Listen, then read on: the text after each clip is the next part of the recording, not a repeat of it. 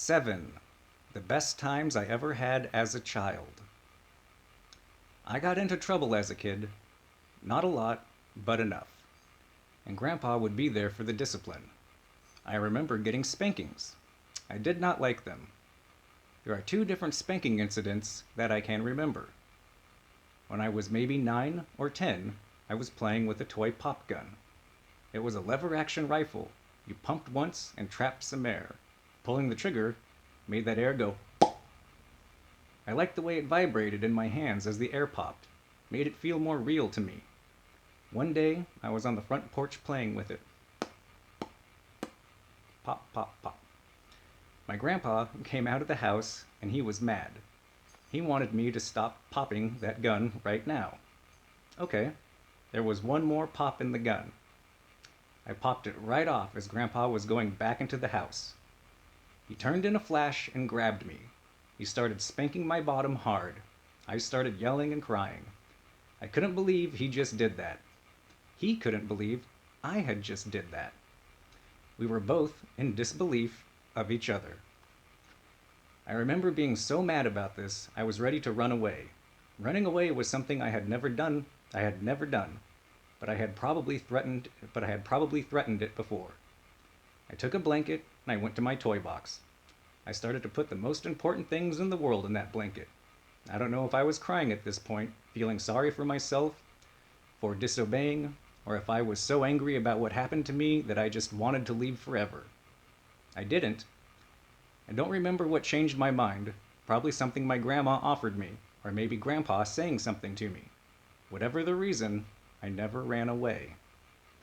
The last time I was spanked, it was either a Mother's Day or it was Grandma's birthday. Maybe around 9 or 10 years old again, maybe a little older. I know I was old enough to want to give my grandma a gift, but I didn't have any money. I wasn't sure what to do or how to give her anything. So I took a weird glass boot thing with a handle, the sort of thing used for holding pens and pencils, that was in my room. I took it and I started wrapping it in printer paper.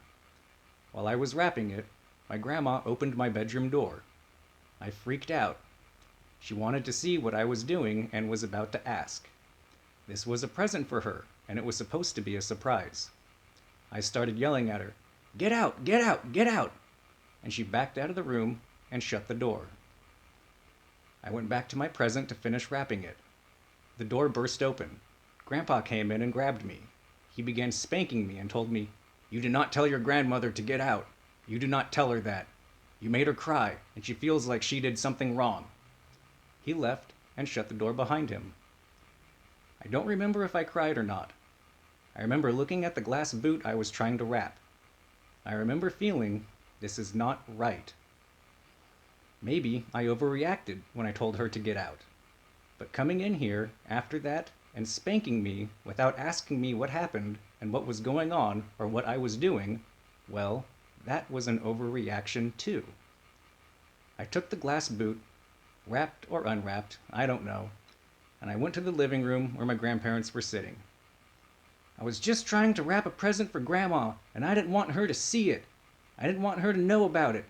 I didn't know I made her cry, and I angrily gave her the gift. I went back into my room and shut the door. Sometime after, I have no idea how much, my grandpa came back into the room. I remember he sat on the bed and he apologized. I don't remember exactly what he said, but he admitted some fault for not asking me anything and just reacting to me making Grandma cry. I learned I shouldn't yell at someone, and he might have learned something too, or at least he felt some bad feeling for what he did. Either way, as best as I can recall, that was the last time that my grandpa ever spanked me.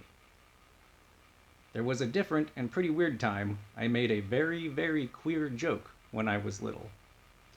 It was sometime in elementary school, maybe 5th grade. There was an alley behind a shopping plaza we would walk through on the way to school. One day, some kids graffitied on the wall. As it turns out, I knew one of the kids, and he was my friend. Uh-oh, he was hanging out with the bad kids, and was turning into a bad kid himself. I was home, playing with a different friend. He told me he knew who graffitied the alley. He named names. One of them was our mutual friend. "But you can't tell anyone," my friend told me. "Grandma!" I yelled. She was in the kitchen and came over to see what I wanted. "What?" I looked at my friend with the devil in my eyes. My friend got all panicky. "No, don't say anything." "Grandma, I have something to tell you." I looked back at my friend. He was still insisting I don't say anything, giggling with unease. "Well, what is it?" my grandma asked. "I'm gay." I was quoting a Ray Stevens song, the Haircut song. I said it just like he said it in the song. My friend burst out laughing. I laughed. My grandma didn't. She seemed upset even. "You better not be," she warned me. And I don't remember what I said after that. Probably something like, "So what?" The thing about this is, I didn't really know what gay was. I was a kid. This was all pretty new back then, I guess. Or getting normalized or something. I knew you liked the same sex if you were gay, and I had a bunch of male friends who I liked. So, seemed like an okay thing to say. I had no idea it meant liked the same sex and wanted to have a sexy sex time with them. No clue about that. But I learned something that day. I had better not be gay, or Grandma would be mad. Grandpa would have been even more mad.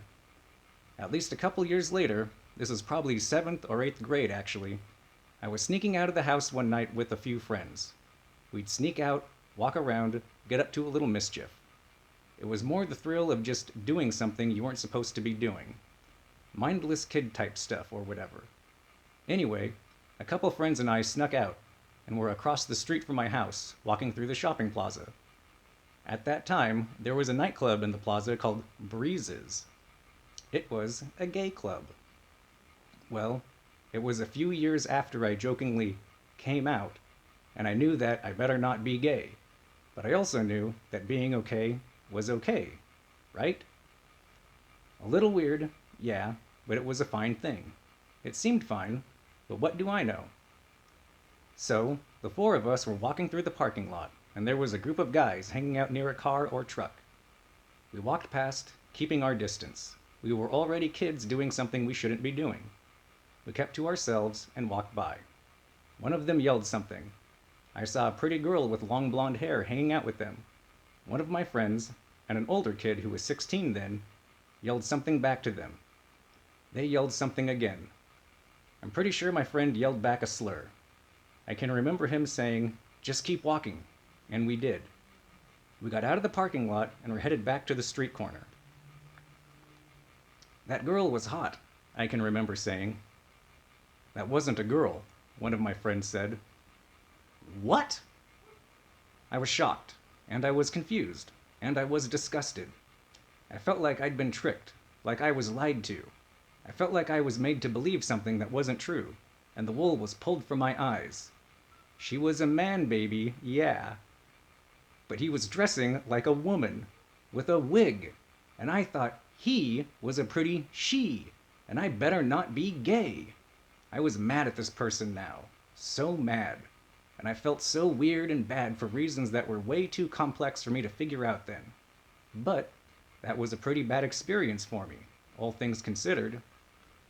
That little experience made me learn something else, and I kept this with me into my 20s. It was okay to be gay, but I better not be gay, and if you are gay, you better really watch how you express yourself, or else you are a liar and a deceiver and gross. Yep, not too proud of that, but that's the way the news goes. I like to think my eyes are a bit more open now, my perception a little more clear. I like to think I have a better understanding of other people and their feelings now. I sure feel bad about how I used to think. That what I thought was weird and strange was not simply weird and strange, but was being wrong. Weird and strange does not equal wrong. There's a lot more that goes into that.